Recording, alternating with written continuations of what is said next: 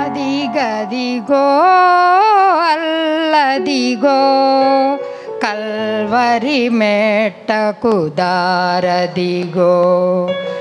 అదిగదిగో అల్లదిగో కల్వరి మెట్టకు దారదిగో. ఆ ప్రభువును వేసిన సిలువదిగో. అదిగదిగో గొల్లున ఏడ్చిన తల్లదిగో. ఆ తల్లికి చెప్పిన మాటదిగో. గొల్లున ఏడ్చిన తల్లదిగో. ఆ తల్లికి చెప్పిన మాటదిగో. యూదుల రాజా దిగి రమ్మనుచు. యూదుల రాజా దిగి రమ్మనుచు హేళన చేసిన మోకదిగో. హేళన చేసిన మోకదిగో. అదిగదిగో అల్లదిగో కల్వరి మెట్టకు దారదిగో. ఆ ప్రభువును వేసిన సిలువదిగో. అదిగదిగో దాహము కొనుచున్నాననుచు ప్రాణము విడిచెను పావనుడు. దాహము కొనుచున్నాననుచు ప్రాణము విడిచెను పావనుడు.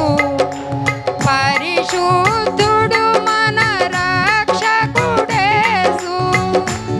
పరిశుద్ధుడు మన రక్షకుడేసు. మనమది ఏమో గమనించు. మనమది ఏమో గమనించు. అదిగదిగో అల్లదిగో కల్వరి మెట్టకు దారదిగో. ఆ ప్రభువును వేసిన సిలువదిగో. అదిగదిగో సిలువలో కాచిన రుధిరమదే నా పాప క్షమాపణ నిశ్చయమే. సిలువలో కాచిన రుధిరమదే నా పాప క్షమాపణ నిశ్చయమే. నిర్భయముగానే దేవుని చేరా. నిర్భయముగానే దేవుని చేరా. యేసుడు తెరచిన ద్వారమదే. యేసుడు తెరచిన ద్వారమదే.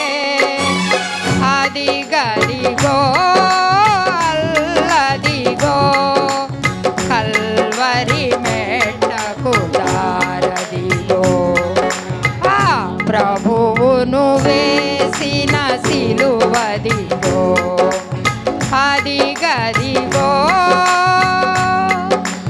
మూడవ దినమున చూడదిగో నా యేసుడు పునరుత్థానుడహు. మూడవ దినమున చూడదిగో నా యేసుడు పునరుత్థానుడహు.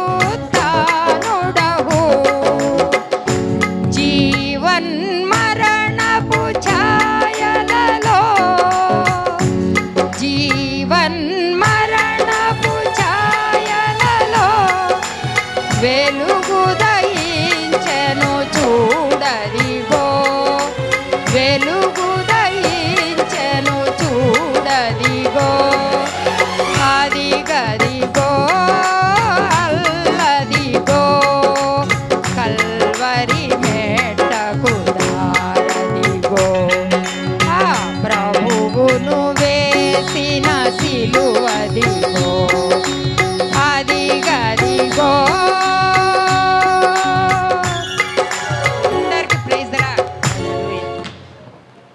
వందనాలు. ఇందాక బ్రదర్ చెప్పారు కదా, భక్తులందరూ పేర్లు అడిగారు, పేర్లు ఇచ్చాడని. నాకు కూడా ఒకరోజు ఈ దేవుడు ఈ భక్తులందరికీ అన్ని పేర్లు పెట్టావు కదా ప్రభా, నాకు కూడా ఏమన్నా పేరు ఇవ్వని నేను ఒకరోజు ప్రభువు దగ్గర కూర్చుని ప్రార్థన చేసినప్పుడు యెషయా గ్రంథం 62వ అధ్యాయము 4వ వచనం, నేను దానివని ఇక మీదట నీ వనబడవు, పాడైన దానివని ఇకను నీ దేశమును గురించి చెప్పబడదు, హెప్సిబా అని నీకును బ్యూలా అని నీ భూమికి నీ పేర్లు పెట్టబడును. యెహోవా నిన్ను గూర్చి ఆనందించుచున్నాడు, నీ దేశము వివాహితమగును. ఏంటబ్బా ఈ పేర్లు హెప్సిబా బ్యూలా అనుకుని ఒకసారి, నాకు అప్పుడు బైబిల్ అంత తెలియదు కూడా, రక్షింపబడిన కొత్తలో కింద చూసుకుంటే ఇష్టురాలు అన్నాడు. అది ఎంత సంతోషం అంటే, దేవుడికి నేను ఇష్టురాల్ని చేసి ఆయన చెప్పాడు కనుక నేను ఇష్టురాలుగా జీవించాలి అనేది తీర్మానం చేసుకుని ప్రభు దగ్గర ఈ మాట నాకు ప్రభు ఫస్ట్ ఇచ్చిన మాట, నువ్వు ఇష్టురాలువి అన్నాడు. అందరి భక్తులకు పేర్లు ఇస్తే మనకెందుకు ఇవ్వడు దేవుడు, మనకు కూడా ఇస్తాడు. నేను కూడా ఇష్టురాలుగానే జీవిస్తాను దేవా అని ఆయనతో నిబంధన చేశాను. ఈ 2 విషయాలు నా జీవితంలో ఒక నూతనమైన మలుపు తిప్పినాయి అని చెప్పాలి. అయితే ముందుగా నేను చెప్తాను, మరి నా పుట్టుక దగ్గర నుండి చెప్పాల్సి వస్తుంది. మరి మా అమ్మ మరి డెలివరీ పెయిన్స్ పడేటప్పుడు ఆ రోజు డిసెంబర్ 25. అయితే అందరూ తలకాయ ముందు వచ్చి పుడతారు కదా సాధారణంగా. నేను పుట్టేటప్పుడు కాళ్ళు ముందు వచ్చినాయి అంట. అయితే డెలివరీ చాలా కష్టం ఆ రోజుల్లో. నేను 1954లో పుట్టాను. ఆ రోజుల్లో డెలివరీలు హాస్పిటల్ ఏమి లేవు, ఇంట్లోనే మంతర్సాని. మా అమ్మ డెలివరీ అవ్వలేక చాలా కష్టపడుతుంటే మంతర్సాని ఒక మాట అందంట, అమ్మ ఇంకా నువ్వు అంటే సపోర్ట్ చేయకపోతే ఊపిరి ఆగిపోయేట్లుందని. ఇక అంతేనండి. ఆ టైంలో ఊర్లో మరి తెల్లవారుజామున డిసెంబర్ 25 మా ఊర్లలో ఈత మట్టలు పట్టుకుని మరి క్యాండిల్స్ పట్టుకుని యేసయ్య పుట్టినరోజని పాటలు పాడుకుంటూ వస్తారు వీధుల్లో తెల్లవారుజామున. కరెక్ట్గా అప్పుడే మా రోడ్డు ముందుకు వచ్చారు, మా ఇంటి ముందు రోడ్డు ముందుకు వచ్చారు, రోడ్డు మీద దగ్గరికి. అంతే ఆ పాట విన్నదంట మా అమ్మ. ఒక్కటే, యేసయ్యా నా బిడ్డని నీకు ఇచ్చేస్తున్నాను అంది. ఆ అరుపుకే నేను పుట్టేసా, డెలివరీ అయిపోయింది ఆమె. అది ఎలా అంటే అదొక పెద్ద, చెప్పాలంటే దేవుడు ఏర్పాటు చేసుకున్న దినం అంతే. ఆ తర్వాత ఆమెకి యేసుప్రభు అంటే నేను బతికానని ఆమెకి ఇష్టమేమో. అప్పుడప్పుడు ఎవరు చర్చి వాళ్ళని పిలిచి మాకు తెలియకుండా ఇస్తూ ఉండేది. అవన్నీ మేము అసలు ఎప్పుడు పట్టించుకోలేదు. చిన్నప్పటి నుండి ఎట్లాగంటే ఊర్లో కొంచెం ఇందాక బ్రదర్ అన్నట్లేదు, గొప్పలకి చెప్పాల్సింది ఏమీ లేదు, అంత ప్రభుకే మహిమ. మా నాన్నమ్మ వాళ్ళు అంతా పెద్ద ఆసాములు అయితే వాళ్ళకి శివాలయం పనులు రామాలయం పనులు అన్నీ ఇస్తే వాళ్ళతో పాటు నేను కూడా నా 10 ఏళ్ల వయసులో వాళ్ళతో తిరుగుతూ ఆ మందిరాల్లో ఊడుస్తూ అలా నేను కూడా దేవుడికి సమీపంగా ఉండాలని చిన్నప్పటి నుండి ఆ కోరిక ఉండేది. మా పెదనాన్నగారు చాలా, ఆయన బ్రహ్మంగారు కాలజ్ఞానం భగవద్గీతలు అన్నీ చదివేవాడు. నేను కూడా ఆయన దగ్గర కూర్చుని, వాళ్ళకి పిల్లలు లేరు, నేనే వాళ్ళ ఇంట్లో వెళ్ళి మా నాన్నకి ముందు పుట్టారు, మా పెదనాన్న దగ్గర వెళ్ళి కూర్చుని చదువుతూ ఉండేదాన్ని. అయితే మా పెదనాన్న ఎప్పుడు అట్లా పరిశుద్ధంగా ఒళ్ళో పెట్టుకుని ఆ గ్రంథాలు చదువుతుంటే ఆయన అనుకునేవాడు, ఇది పెద్ద డివోటీ అవుతుందని అందరికీ చెప్పేవాడు. అలాంటిది మరి ఏదో చదువుకున్నాము. మరి ఆ పూజలు అంటే నిజంగా సృష్టికర్త ఎవరో తెలియదు, రక్షకుడు ఎవరో తెలియదు, చేతి పనులకు సాగిలపడి ఈ లోకమే శరణ్యం అనుకుని గాఢాంధకార చీకటి జీవితంలో జీవిస్తున్న నా జీవితంలో మరి అద్భుతమైన దేవుడు ఒక ప్రణాళిక కలిగి ఉన్నాడు కనుక మరి నాకు చదువుకున్నాను, SSLC చదువుకున్నా. తర్వాత మ్యారేజ్ అయింది. తర్వాత హైదరాబాద్ వచ్చేసాము. హైదరాబాద్ వచ్చి నాకు 19.5 ఏళ్ళు వయసు. నేను ఈసీఎల్లో ఉద్యోగంలో చేరాను. మా హస్బెండ్ ఏమో రీజనల్ ట్రాన్స్పోర్ట్లో. తర్వాత ఒక బాబు, ఒక పాప. ఎక్కడ గుడి దగ్గర ఉందో అక్కడే ఇల్లు అద్దెకి తీసుకునేవాళ్ళం. హైదరాబాద్ వచ్చి శంకర్ మఠం పక్కనే ఇల్లు కొన్నాళ్ళు, తర్వాత శివాలయం పక్కనే కొన్నాళ్ళు ఆంజనేయ టెంపుల్ పక్కనే కొన్నాళ్ళు, తర్వాత సొంత ఇల్లు కట్టుకుని వెళ్ళాం. ఎదురుగా ఓ పెద్ద గుడికి, మాకు ఇళ్ళే ఉండేవి కదా, ఆ గుడి కనపడేది. నెలలో రోజు 26 రోజులు గుడికి వెళ్ళేదాన్ని. ఆ పూజారి నేను వస్తున్నానో లేదో చూసేవాడు. మా దొడ్లో చూస్తే కంద పిలకలు పూజలే, తులసి మొక్కలు పూజలే, అరటి మొక్కలకి పూజలు, అన్ని పూజలే, అన్నిటికీ పూజలు ఉంటాయి. ఎప్పుడు దీపాలు వెలుగుతూ ఉంటాయి. అలాంటిది అయితే మా వీధిలో, మా కాలనీలో ఒకసారి సువార్త చెప్పడానికి గిద్యోని వాళ్ళు వచ్చి ఒక బైబిల్ ఇచ్చారు. ఆ బైబిల్ ఇస్తే మా తమ్ముడు తీసుకుని గుమ్మలో ఉన్నాడు, ఇచ్చారు చిన్న బైబిల్. అది తెచ్చి ఇంట్లో పెట్టాడు. అయితే ఆ బైబిల్ ఇంట్లో పెడితే అయ్యో దేవుడి బుక్కులే పడైద్దులేని పాత పుస్తకాల్లో అట్లాగే పెట్టుకున్నాం. అయితే మా కాలనీలో ఒక ఆంటీ యేసుప్రభుని నమ్ముకున్నారు. ఆమె నేను అందరికి పూజలు నేర్పిస్తున్నానని మా సెక్షన్, నేను ఈసేలో పనిచేసేదాన్ని, బ్రాహ్మణవాది, అందరు బ్రాహ్మణులు, నేను ఒక్కదాన్ని కమ్మదాన్ని అక్కడ చెప్పాలంటే. అయితే మేము చిన్నప్పటి నుండి వెజిటేరియన్, నేను నాన్ వెజ్ తినలేదు, అందుకని నన్ను కమ్మ బ్రాహ్మణులు అనేవాళ్ళు మా వాళ్ళంతా. అట్లా పూజలన్నీ నేర్పిస్తూ ఉంటే ఆమెకి, ఈ అమ్మాయికి దేవుని గురించి చెప్తే దేవుడిని గురించి ప్రకటిస్తుంది, ఈమె రక్షింపబడితే అని ఆవిడ మాటి మాటికి మా ఇంటికి రావడానికి ప్రయత్నించేది. ఆమె వస్తుందంటేనే నాకు ఎట్లాగంటే ఆ సందు చివరి ఆమెను చూస్తేనే ఇష్టం లేదు, బాత్రూంలో దక్కునేదాన్ని. మా హస్బెండ్ మాత్రం చక్కగా సోఫాలో కూర్చుని ఆమె చెప్పిన మాటలన్నీ వినేవాడు. తెల్లవారుజాము లేచి నేను పూజలు చేయటము, చల్లనీళ్ళు పోసుకోవటం అవన్నీ ఆయనకి ఇష్టం లేక ఆమె చక్కగా ఆత్మను గురించి బోధిస్తుంది. ఎందుకు నువ్వు ఆ మాటలు వినకుండా ఈ కష్టాలు ఎందుకు, చల్లనీళ్ళు పోసుకోవడం ఎందుకు, ఇవన్నీ అనేవాడు. ఉపవాసాలు ఎందుకు అట్లా అనేవారు. అయితే నేను ఆమె వస్తుందంటే దాక్కుని బాత్రూంలో దాక్కునేదాన్ని. ఆమె వెళ్ళిపోయిన తర్వాత బయటకు వచ్చేదాన్ని, ఆ వాసనలు పీల్చుకుంటూ ఎందుకని అట్లా అనేవారు. ఒకసారి ఏమైందంటే వినాయక చవితి వచ్చింది. వినాయక చవితికి 11 రకాల పిండి వంటలు వండి చక్కగా అన్నీ పెట్టి మా పిల్లలిద్దరికి స్నానాలు చేయించి, మా హస్బెండ్ వాళ్ళు, మా మామగారు రాడికల్ పార్టీ ప్రెసిడెంట్, అందుకని వాళ్ళు పూజలు చేయరు. నేను పూజ మొదలు పెట్టానంటే వెళ్ళిపోతారు, అన్నీ తెచ్చిస్తారు కానీ వెళ్ళిపోతారు. ఆ రోజు కూడా అంత ఆయన వెళ్ళిపోయారు. నేను పూజ దగ్గర చెరవ పక్కన పిల్లల్ని కూర్చోబెట్టుకున్నాను. వచ్చేసింది ఆమె. వచ్చేసి ఆమె వచ్చేసరికే తలుపు వచ్చింది. నేను దీపం వెలిగించబోతున్నాను. ఆ దీపం వచ్చి ఆమెను చూసేసరికి చెయ్యి ఇట్లా వణికింది, ఆరిపోయింది. ఆరిపోతే అప్పుడు ఒక మాట అంది ఆవిడ, ఏంటంటే, అమ్మ శ్రీకుమారి, నువ్వు వెలిగించే దీపం ఏపాటిది, యేసయ్య లోకానికి వెలుగు, ఆయన నువ్వు వెంబడిస్తే నువ్వు అనేకులు వెలిగిస్తావు అని అంది. పిన్ని నేను ఇప్పుడేం విన్నా, ఇంకెప్పుడన్నా రా నేను వింటానని చెప్పేసి ఆమెను పంపించేశా. తర్వాత ఇది జరిగిన కొన్ని రోజులకి, అంటే ఒక 1.5 month, సెప్టెంబర్లో జరిగింది, 2.5 months డిసెంబర్లో మా హస్బెండ్ ఆఫీస్కి వెళ్ళిన ఆయన్ని కార్డియాక్ అరెస్ట్ వచ్చి డెడ్ బాడీని ఇంటికి తెచ్చారు. నా వయసు అప్పుడు 32.5 ఏళ్ళు. మా పిల్లలు ఏడవలే కానీ చెప్పాలి కనుక ఏడవను. పిల్లలు బాబుకి 9 ఏళ్ళు, పాపకి 4 ఏళ్ళు. ఈ చిన్న పిల్లలు, నాకు 32.5 ఏళ్ళు వయసు. ఇంకా ఎలా ఉందంటే లైఫ్ అంతా అయోమయమో. నేను ఎంత డిపెండెంట్ అంటే ఆ శాలరీ ప్యాకెట్ తెచ్చి ఇంట్లో పెట్టడం తప్ప దాన్ని విప్పు కూడా ఎప్పుడు నేను లెక్క పెట్టలేదు. అలాంటిది 10 ఏళ్ళ నుండి అప్పటికే పనిచేస్తున్నా. ఆఫీస్కి వెళ్ళటం ఒక్కటే తెలుసు, ఇంట్లో మొత్తం ఆ పిల్లలతో పాటు నన్ను కూడా చూసేవారు, అలాంటి మనిషి. అట్లాంటిది ఇంకా చాలా కష్టం అనిపించింది. అప్పుడు ఒక డెసిషన్ తీసుకుంది, ఏంటంటే నేను పొట్టి శ్రీరాములు వీళ్ళందరూ 52 రోజులు 46 రోజులు ఏదో నిరాహార దీక్షలు ఊని చనిపోయారు కదా, అలాగే నేను కూడా కొద్ది రోజులు తినకుండా ఉంటే ఇంకో మా ఇంట్లో వాళ్ళు బతిమాలుతారు కనుక ఏదో కొంచెం తాగో తినో మరి 100 రోజులకైనా చనిపోవచ్చు కదా అని ఒక చీకటి గదిలోకి వెళ్ళి కూర్చోటం మొదలు పెడితే పాపం మా అమ్మ మా నాన్న కూడా ఆ రోజు వచ్చి, పిల్లలు చిన్నవాళ్ళు అందరు ఆఫీస్ వాళ్ళు వచ్చి బతిమాలుతున్నారు ఆఫీసు రమ్మని. కానీ నాకు అసలు వెళ్ళటం ఇష్టం లేదు, ఒక్కటే చచ్చిపోవాలి, అది ఒక్కటే కోరిక. అయితే కొన్నాళ్ళకి ఏమైందంటే బాగా నీరసం అయిపోయి చేతులు అన్నీ తిరిగిపోతున్నాయి, నడవలేకపోతాను, వంగిపోయేసరికి మా బాస్ పాపం రోజు పిల్లల్ని చదివించుకోవచ్చు, నువ్వు వచ్చి ఆఫీసులో పని చేయకపోయినా పర్వాలేదు రమ్మని బతిమాలేవారు. ఎవ్వరు వచ్చినా నేను ఎవ్వరి మాట వినలా.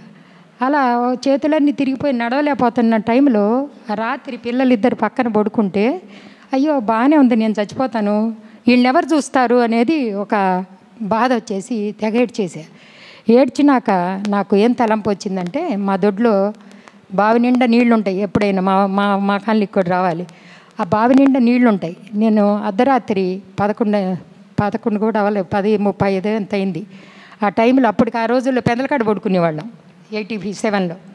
అప్పుడు పిల్లల్ని తీసుకెళ్ళి బావిలో ముందేసేసి నేను పడదాము అనుకున్నా. అంతేనండి, పిల్లల్ని లాగాను కింద, పెద్ద పెట్టి నేడుస్తున్నారు ఇద్దరు. మా అమ్మాళ్ళేమో ఏదో చేసేస్తుందని వాళ్ళు పాపం వేరే రూమ్లో కంగారు పడిపోతున్నారు. తలుపులు వేసాను, వాళ్ళని లాగేశాను. ఇక మా అబ్బాయి మా అమ్మ ఇద్దరు తెగేడుస్తున్నారు. ఏదో చేసేస్తుంది అమ్మని, బావిలేస్తానని వాళ్ళకి తెలీదు, ఏదో చేసేస్తుంది అమ్మని లాగేసిందని. అంతేనండి, మీరు నమ్మాలి. పౌలు భక్తుడు ఎలా చూశాడో ఒక మాట అన్న, అలా ఏడేస్తుంటే ఆ కన్నీళ్ళు ఇలాగే ఉన్నాయి, ఏ దేవుడు అన్న ఉంటే కాపాడుతాడు అన్న. అంతే, ఆ రూమ్ అంతా వెలుగు. ఆ ఆంటీ మాట అప్పుడు గుర్తొచ్చిందండి, వెలుగు యేసుప్రభు వారి వెలుగు అని చెప్పింది. అయితే బైబిల్ చదవాలి అనేది అప్పుడు తలంపు వచ్చిందండి. మా ఇంట్లో బైబిల్, చిన్న బైబిల్ ఉందని మీకు చెప్పాను కదా, అది ఎక్కడో పాత పుస్తకాల్లో ఉంది. నేను నించుని కూడా పాకుతున్నా ఇంట్లో నడవలేక. ఒక బూజుకర్ర లాగి ఆ బాక్స్ కింద పడేసి ఆ బైబిల్ తీస్తే దానిలో నాకు తెరవబడిన బుక్కు యోహాను సువార్త 14వ అధ్యాయం.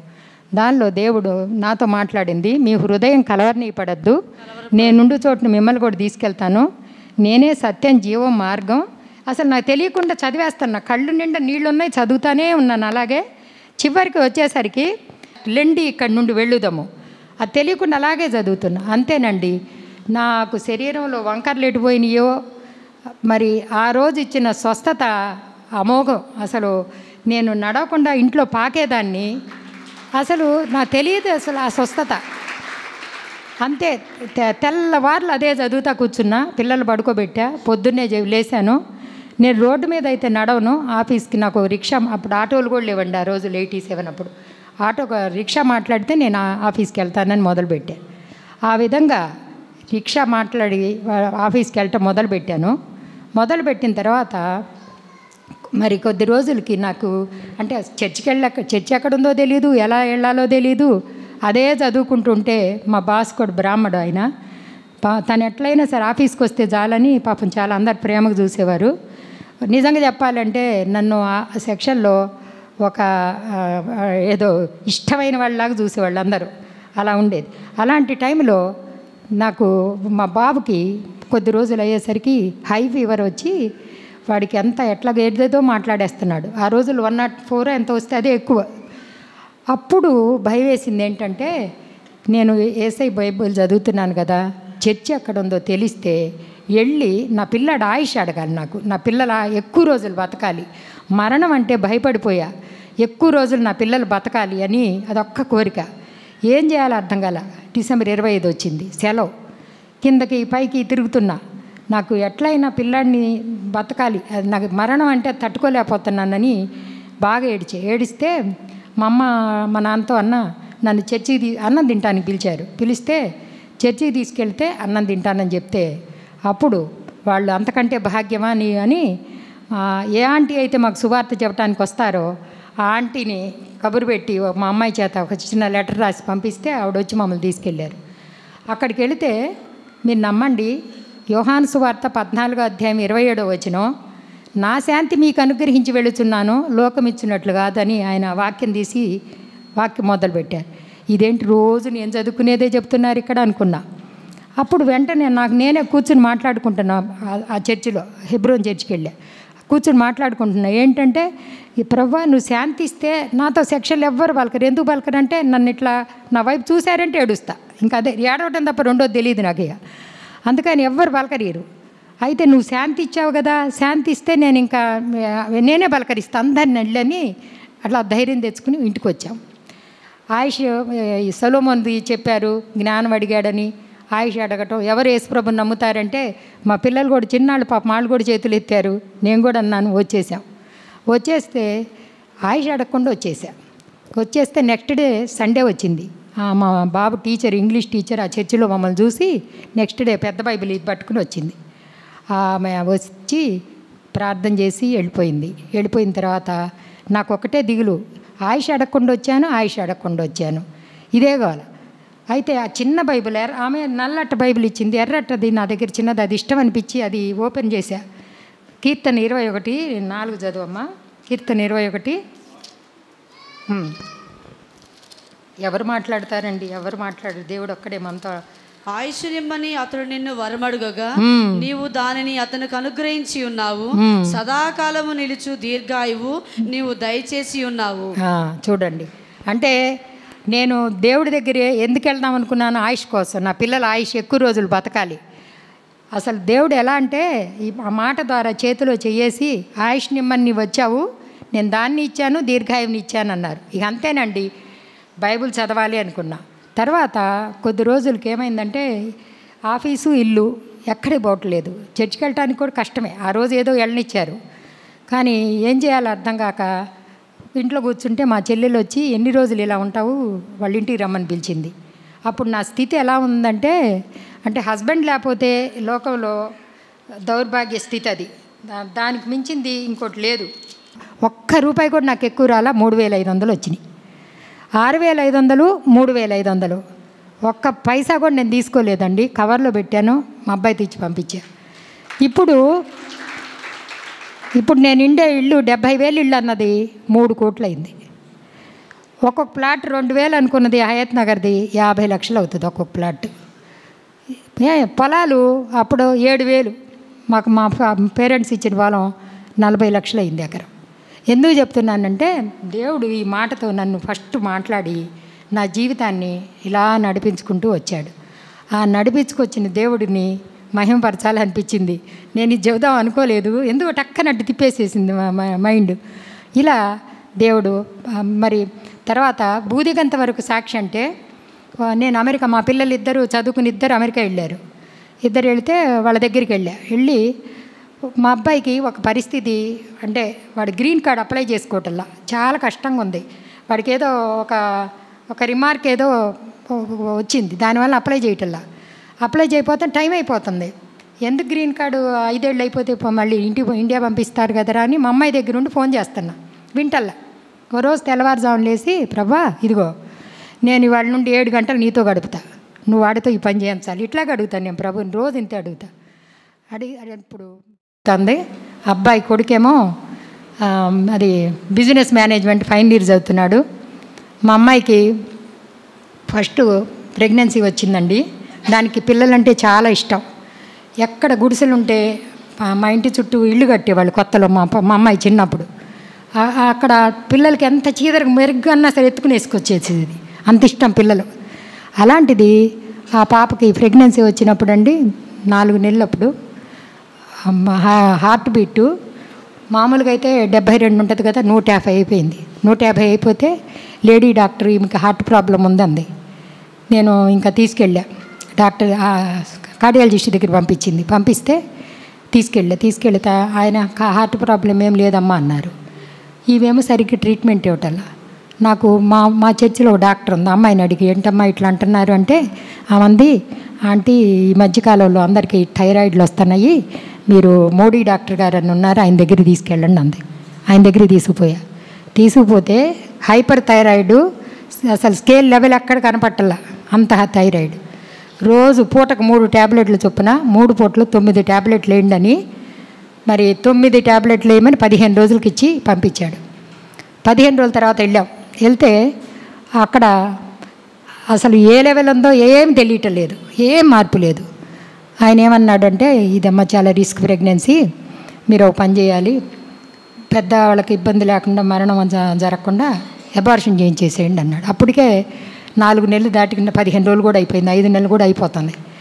నాకు అయ్యో ఇప్పుడు పిల్లలు పుట్టకపోతే దీనికి అసలు పిల్లలంటే ప్రాణం ఎట్లాగని తెగ ఏడుస్తుంటే దేవుడు జీవం పోసింది నేనే అన్నాడండి. అసలు మీరు నమ్మండి, మా అల్లుడికి పాపం భయం కదా, ఇప్పుడు భార్యకి ఏమన్నా అవుతుందో అని భయం ఉంటుంది. మా అమ్మాయి అంటే అమ్మ ప్రార్థన చేస్తుందని దానికి ధైర్యం ఉంటుంది. ఆయనకి నేను ఒకటి కూర్చోబెట్టి చెప్పా, ప్రార్థన చేసి, బాబు నేను ఇంకో డాక్టర్ తెలిస్తే ఆ డాక్టర్ ఫోన్ చేస్తే ఆంటీ సిటీలో నంబర్ 1 మరి బిపిన్ సేతి అని ఉన్నాడు, ఆయన దగ్గరికి తీసుకెళ్ళండి ఆంటీ అన్నాడు. అబ్బాయికి తీసుకెళ్తే ఆయన ఏమన్నాడంటే, నేను ఈ మాట చెప్పిన తర్వాత సరే ఆంటీ అని పాపం ఆయన కూడా మీరు చెప్తున్నారని ఏడుస్తూనే ఒప్పుకున్నారు. ఆయన దగ్గరికి వెళ్తే ఆయన చెప్పాడు, మీరు అమెరికా నుండి, ఆ రోజుల్లో అమెరికా నుండి ఎవరిస్తారు మనకు మందులు, 2,000 ట్యాబ్లెట్లు ఉంటాయి, నియోమెరకాజిల్ తెచ్చుకుంటే నేను ట్రీట్మెంట్ ఇస్తాను అన్నాడు ఆయన. మా అమ్మాయి రోజు బరువు తగ్గిపోయేది, అందరు పెరుగుతారు తగ్గిపోయేది. రోజు పూటకు 5 చొప్పున 3 5 15, మిగతా 4.5 నెలలు డెలివరీ అయ్యే వరకు ఆ 2,000 ట్యాబ్లెట్లు వేసుకుందండి. తర్వాత హాస్పిటల్లో హై రిస్క్ ప్రెగ్నెన్సీ వార్డులో వెళ్ళి డెలివరీ అవుతుంటే వాళ్ళు అందరు డాక్టర్లకు భయమే. అసలు ఎట్లుంటాడు ఈ పిల్లాడు అనేది నాకు అసలు అర్థం కావట్లా. ఏడుస్తూనే ఉన్నాము, ఈఎంఐ ఏమవుద్దో పిల్లాడు ఎట్లుంటాడో అని. పిల్లాడు తెలియదులే. డెలివరీ అయిందండి. కళ్ళు మూసుకున్నాను, తీసుకొచ్చి ఒళ్ళో పెట్టారు. మా అమ్మ నన్ను ఎట్లా అప్పగిచ్చిందో నేను మా మనవాడిని అలా అప్పగిచ్చేసానండి దేవుడికి. అప్పగిచ్చేసి దేవుడా ఇప్పుడు కళ్ళు తెరుస్తున్నా, ఈ బిడ్డకి ఏమి అంటే బాగుండాలనుకున్నా. నిజంగా అండి ఆ బిడ్డ బ్రదర్ చెప్పినట్టు మరి అమెరికాలో చక్కగా చదువుకుని ఇప్పుడు వైట్ హౌస్లో సీక్రెట్ సర్వీస్ ఆఫీసర్గా పనిచేస్తున్నాడు. బైడెన్ హోమ్లో ఇప్పుడు ఆయన ట్రంప్ దగ్గర ఇప్పుడు అక్కడ ఉన్నాడు, హ్యూస్టన్ టెక్సస్లో. వాడిని దేవుడు అంతగా హెచ్చించాడు. మా అమ్మాయి కూతురు మరి పిల్లలు వింటారంటే నేను వాళ్ళ దగ్గర పక్కనే పడుకుని దేవుని గురించి చెప్పినప్పుడు బాబు 9 ఏళ్లలో బ్యాప్టిజం పొందాడు. ఆడు చిన్నప్పుడు నా దగ్గర 5 ఏళ్ళు పెరిగాడు. నేను ఒకరోజు ఖమ్మం తీసుకెళ్ళా, మా పొలం ఉంది అక్కడ. తీసుకెళ్తే ఆ పొలం అక్కడ గొర్రెలు కాపరి ముందు వెళ్తూ ఉన్నాడు, వెనకాల గొర్రెలు వెళ్తూ ఉన్నాయి. ఆ వెనకాల 2 కుక్కలు కూడా వెళ్తున్నాయి. మీకు తెలిసే ఉంటుందేమో చాలామందికి, 2 కుక్కలు కూడా వెళ్తున్నాయి. ఈ గొర్రె దాన్ని పక్కకి వెళ్ళినప్పుడు ఈ కుక్క ఒకటి వెళ్ళి పరిగెత్తుకుంటూ వెళ్ళి దాన్ని మందలో నెడుతుంది. చూసాం మా ఇంట్లో కూర్చుని. ఆ చిన్నవాడండి, 3 ఏళ్ళ వాడండి మా మనవడు. అమెరికా వెళ్ళిన తర్వాత నాకు ఒక 10 ఏళ్ళ వయసులో చెప్తాడు, అమ్మమ్మ నువ్వు సామ్ 23 అయిన గుర్తున్నాయిరా అంటే, అమ్మమ్మ నేను ఒకటి చెప్తా విను, నేను అసలు దేనికి భయపడను. ఎందుకో చెప్పనా, మనం అప్పుడు చూసామే చిన్నప్పుడు, యేసయ్య మన కాపరి, గొర్రెల కాపరి ఎక్కడున్నాడు? ముందున్నాడు. గొర్రెలు ఎక్కడున్నాయి? వెనకున్నాయి. మనం ఎవరు? మనం షీపులు, ఆయన షెపర్డ్. ఆయన ముందున్నాడు, మనం వెనకున్నాం. మనం వెనక అక్కడ గొర్రెలకి వెనకాల ఏమున్నాయి? 2 కుక్కలు ఉన్నాయి. అవేంటి? దేవుడు గుడ్నెస్ అండ్ మర్సీ, ఆయన కృపా కనికరాలు. ఆయన ముందున్నాడు, మన మధ్యలో ఉన్నాం, మన వెనక కృపా కనికరాలు ఉన్నాయి. మనకెందుకు భయం అమ్మమ్మ? నేను అసలు భయపడను, నేనేం భయపడినని వాడు ఆ మాటను పట్టుకుని దేవుళ్ళు బాగా ఎదిగాడండి. వైట్ హౌస్లో దేవుని అంటే ఇది ఇండియన్ అంటే హిందూ అనుకుంటారేమోనని నాకు సిలువ వేసుకోవటం ఇష్టం ఉండదు. మనం వేసుకోకూడదు కదా, వేసుకుంటాడు. నాకు బంగారపు తోడు చేయించమన్నాడు, చేయించి ఇచ్చే. ఎందుకంటే నేను క్రిస్టియన్ని, అక్కడ ఎప్పటికైనా సువార్త ప్రకటించాలి, వాడికి అంత ఇష్టం. కనుక దేవుడు అద్భుతమైనటువంటి ఆశీర్వాదాలతో పిల్లల్ని ఎట్లాగంటే నిజంగా చెప్పాలంటే నాకంటే ఎక్కువ మా పిల్లలు కూడా పరిచర్యలో కొనసాగుతున్నారు. మరి మొత్తం నా స్టోరీలన్నీ చెప్పాలంటే మళ్ళీ వస్తా నేను. దేవుడు ఈ మాటలు దీవించి ఆశీర్వదించునుగా. చిన్న ప్రార్థన చేస్తా. వాగ్దానములనిచ్చి నెరవేర్చువాడవు నీవే, ఆ వాగ్దానములనిచ్చి నెరవేర్చువాడవు నీవే, నమ్మకమైన దేవా మమ్ము కాపాడువాడవు నీవే, ఆ నమ్మకమైన దేవా మమ్ము కాపాడువాడవు నీవే.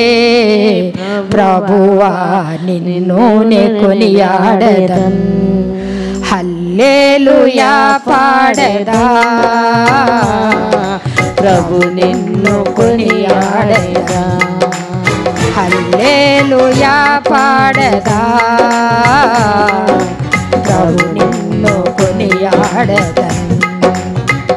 అన్ని వేళల యందునా నిన్ను పూజించి కీర్తింతును,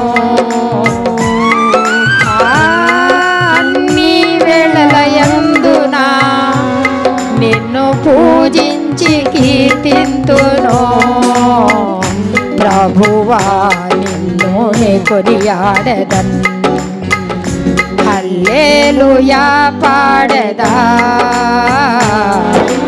ప్రభు నిన్ను కొనియాడెదన్, హల్లెలూయా పాడెదా, ప్రభు నిన్ను కొనియాడెదన్.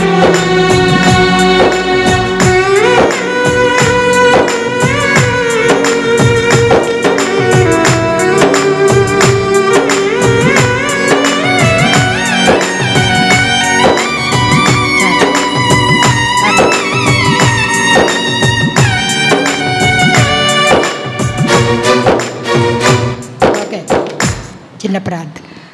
మహాపరిశుద్ధుడా, ఉన్నత స్థలాల్లో నివసిస్తూ పాపులు మీ దౌర్భాగ్యమైన మాలో మా మధ్య ఉండటానికి ఇష్టపడి 2024 సంవత్సరాల క్రితం ఈ లోకానికి వచ్చి మానవ శాప పాప పరిహారార్థం శిలువలో ప్రాణం పెట్టి రక్తం కార్చి సమాధి చేయబడి తిరిగి లేచి ఇప్పుడు కూడా తండ్రి దగ్గర కూర్చుని విజ్ఞాపన చేస్తూ మా పాపములకు శాంతికరంగా ఉన్నందుకు హృదయపూర్వకంగా స్తుతిస్తున్నాం, ఆరాధిస్తున్నాం. తండ్రి అయ్యా, మీరు మంచి కాపరిగా ఉండి మమ్మల్ని పోషిస్తున్నారయ్యా. మీరు పరమ కుమ్మరిగా ఉండి మీ చేతులు అర్హమైన పనిముట్టుగా మమ్మల్ని అందరినీ మలుచుకుంటున్నారయ్యా. మీరు ద్రాక్షావల్లిగా ఉండి తీగలుగా మమ్మల్ని ఫలింపజేస్తున్నారయ్యా. మీరు మూలరాయ్యా, మేమందరం కట్టబడే రాళ్ళుగా ఆ రాజ్యంలో మేమందరం కట్టబట్టడానికి మమ్మల్ని అందరినీ సరిదిద్దుతున్నావయ్యా. ఎక్కడ పెట్టాలో ఆ స్లాట్లో పెడుతున్నావు తండ్రి. మీరు శిరస్సు అయ్యా, మేము శరీర భాగాలం.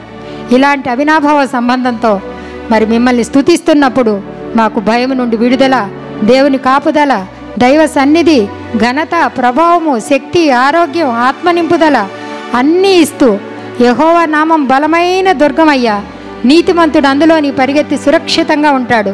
మీ నామం స్మరిస్తే తండ్రి మూయబడిన ద్వారాలు తెరుస్తావు, అద్భుతాలు చేస్తావు, ఆశ్చర్యాలు చేస్తావు, రోగాలు నివారణ చేస్తావు తండ్రి. సాతాను శక్తులు పటాపంచలు చేస్తావయ్యా. అట్టి గొప్ప దేవుడు మీరు, మా దేవుడైనందుకు వందనాలయ్యా. అందుకే దేనిని గురించి చింతించద్దన్నావు తండ్రి. ప్రతి విషయంలో ప్రార్థన విజ్ఞాపనలతో కృతజ్ఞతాపూర్వకంగా మీ దగ్గరకు వచ్చినప్పుడు సమస్త జ్ఞానానికి మించిన మీ సమాధానం యేసుక్రీస్తు వలన మా హృదయాలకి తలంపులకి ఇస్తూ మాతో మీ వాక్యంతో మాట్లాడుతూ ఆ వాక్యం మా పాదాలకు దీపం, త్రోవలకు వెలుగు చేసి మీ వాగ్దానాలు, అమూల్యమైన వాగ్దానాలు, అమూల్యమైన రక్షణ, అమూల్యమైనటువంటి మీ యొక్క శిలువ కార్యం అయ్యా మాకు ఇచ్చి మమ్మల్ని నడిపిస్తున్నందుకు మేమేం చెల్లించగలమయ్యా.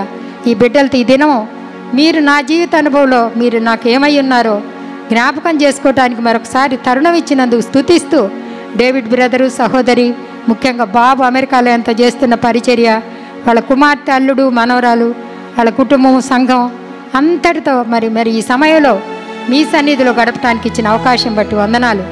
జాన్ వెస్లీ పాల్ గారు కూడా ప్రయాణంలో తోడుగుండి ఆయన్ని కూడా బహుగా మరి అక్కడ ఈ 9 దినాలు వాడుకుని మరి పరిచర్యలన్నీ జ్ఞాపకం చేసుకోమని నాకు కూడా మీ బిడ్డలతో ఇచ్చిన గొప్ప అవకాశం బట్టి స్తుతిస్తూ యేసుక్రీస్తు ప్రభు పుణ్యనామని ప్రార్థన అడిగి వేడుకుంటున్నాం తండ్రి. ఆమేన్.